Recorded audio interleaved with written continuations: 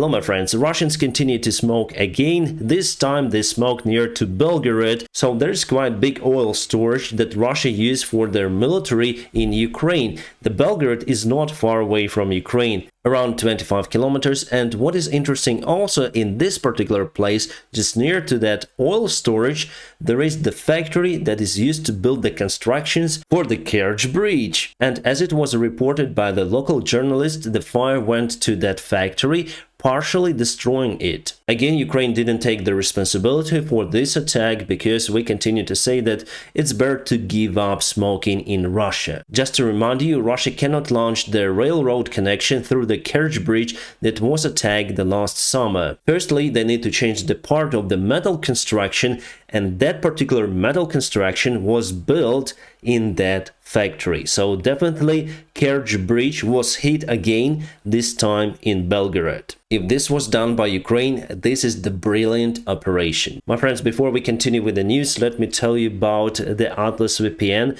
Their mother company donated 1 million euros to Ukraine, actually through Lithuania, and I got this message from my support team of the Atlas VPN, and they confirmed that deal. For that large sum of money, they are going to buy some of the radars for Ukrainian army. So I'm really proud to have this sponsorship on this channel with Atlas VPN. And now, my friends, I'll tell you why do I use their product. Why do I think it's the best VPN on the market? First of all, it has the best price and product quality ratio. I signed up for the 3 years offer and I paid just $1.99 per month, and for that I got the best military encryption standard protocol available for VPNs. And because of the multiple devices support from a single account, I'm sure that my laptop, my iPad and my smartphone are well protected. And just recently, then I was sitting in a local cafe using the public Wi-Fi, I got the warning from Atlas VPN that someone tries to reach my YouTube channel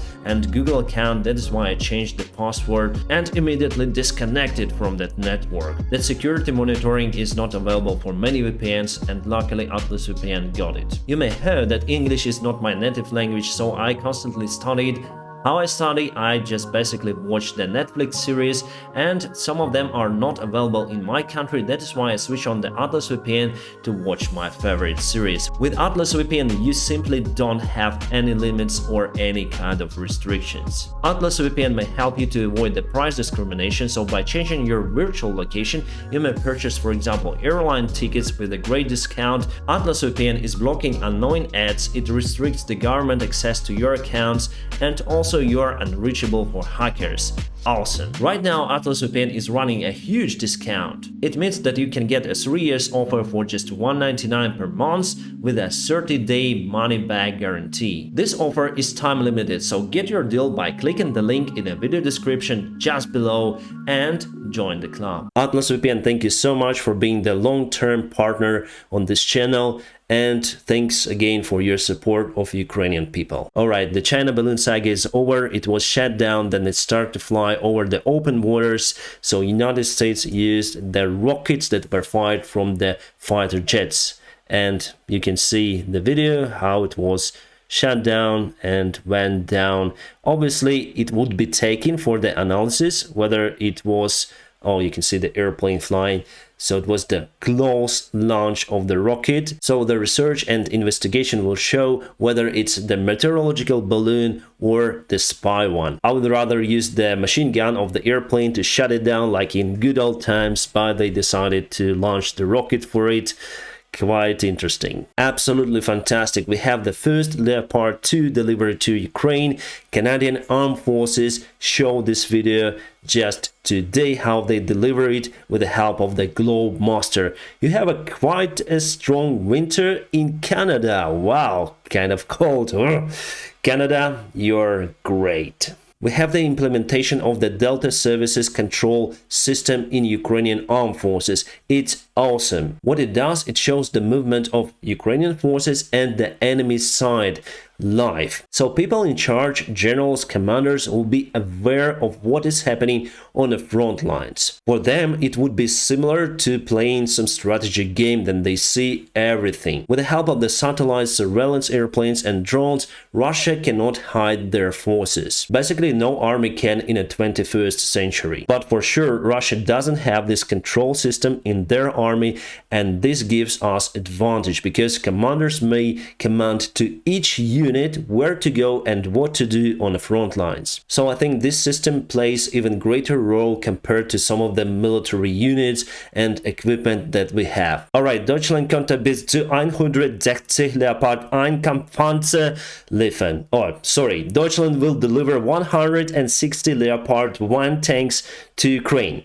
Maybe. At least that number of the tanks are capable to be restored because they're on a long-term storage, and sometimes they were stored just open air without any kind of conditions because for long 20 years nobody thought to restore those tanks. The development of the Leopard 1 started in 50s, so yes, it's old technology, but still the gun power is great and the engine is awesome. So as for maneuverability, this tank is also great. There could be some problems with the shells for this tank, however, because they haven't been in production for a very long time, but I just hope they're also on a long-term storage. And Belgium also would like to send those tanks, however, most of them were purchased by the single businessman, and they say that he got those tanks for 10 or 15,000 euros each. Belgian defense minister offered this businessman to take the tanks back, but he said that he will sell them per 500,000 euros each. So it's much better investment compared to the Bitcoin. And yes, again, Leopard 2 is much better,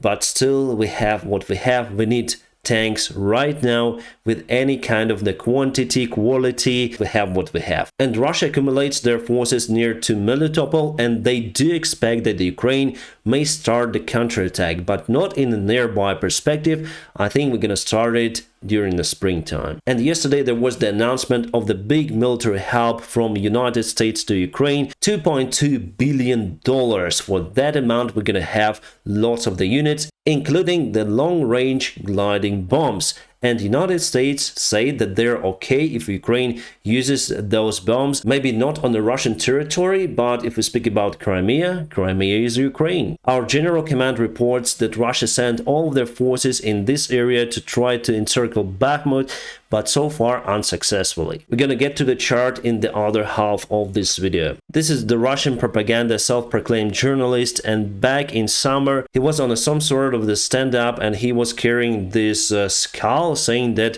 it is the Azov soldier, and you see what happens to them. And today he got the bullet stuck into his skull, the brains, if we speak about this gray substance that those guys probably have. I cannot show you the pictures of the guy personally in the hospital because it's against YouTube regulations. So he's still alive, but his condition is getting worse and worse. Where did it happen? It happened on the Russian-controlled territory, far behind the front lines, and who did it? Well, Russians themselves. Probably they argued about something, and this is the result. Actually, this is the pistol bullet. You may say karma, and I may say yes, maybe it does exist. The European Union put the limit prices for the Russian diesel fuel and for mazut, we call it. Well, actually this fuel used for the ships mostly. It may touch the market of the vessels, ships that deliver goods around the world, but for now it's hard to predict what may happen. Right, my friends, let's go to the front lines. We have two of the major hotspots now. One is in Vuhledar, and Russia moves there very rapidly. Unsuccessful as usual, and let me show you a couple of videos from that position. Yeah, actually it's just one video provided by Deep State. I found it on their Telegram channel.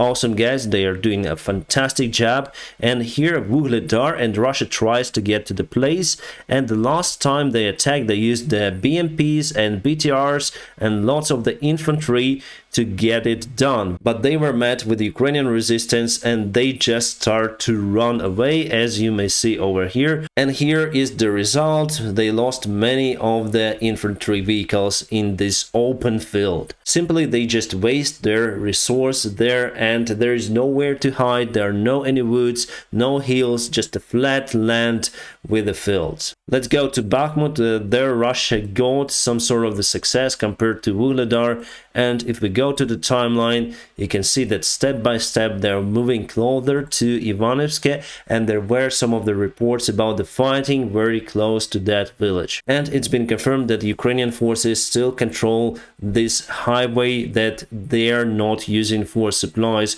of Bakhmut. They use the secondary road, which is more to the north from Chasiv Yar to Bakhmut. It's just more safe. About the Bakhmut and the north part, Wagner claimed that they took the north part of the city, and let's go to the timeline. No, there is no any change according to this map, but we're gonna see tomorrow's update. Maybe there is some sort of the movement, and they also move, as you can see, on the north from this part. I wonder why they do it, because I think it's better to concentrate all the forces on Bakhmut if they want to take this city so eagerly. But maybe they have some sort of the plan, and still they're unable to take Krasnohora. Yes, partially it's encircled, but still we have some sort of the road to supply it, and it's still under Ukrainian control. So Bakhmut still holds, but Russia may increase the pressure on that city if they send more reinforcements. But for now, only Wagner Group is fighting for that particular place. And also, if we move on the north, here in Kreminna, not a good news for Ukraine, because Russia moved their forces and reinforcements and push Ukrainians away from the city. We were like 2 kilometers away from this one. We still cannot reach Kreminna city, and we have to change the positions and go to defense. And that's why we're still waiting for the Western military supplies, tanks and other stuff to Ukrainian army. And during the springtime, there's gonna be the massive counterattack of Ukraine. But before it could be the massive attack from the Russian Federation, not as massive as it was the last year. My friends, now press the like to this video. Also, don't forget to check the Atlas VPN. They are awesome guys. They support Ukraine and this channel personally. So I'll put the link in a video description below for you to do so. So check that out and join the club. My friends, I wish you all a peaceful sky wherever you are, and have a great time.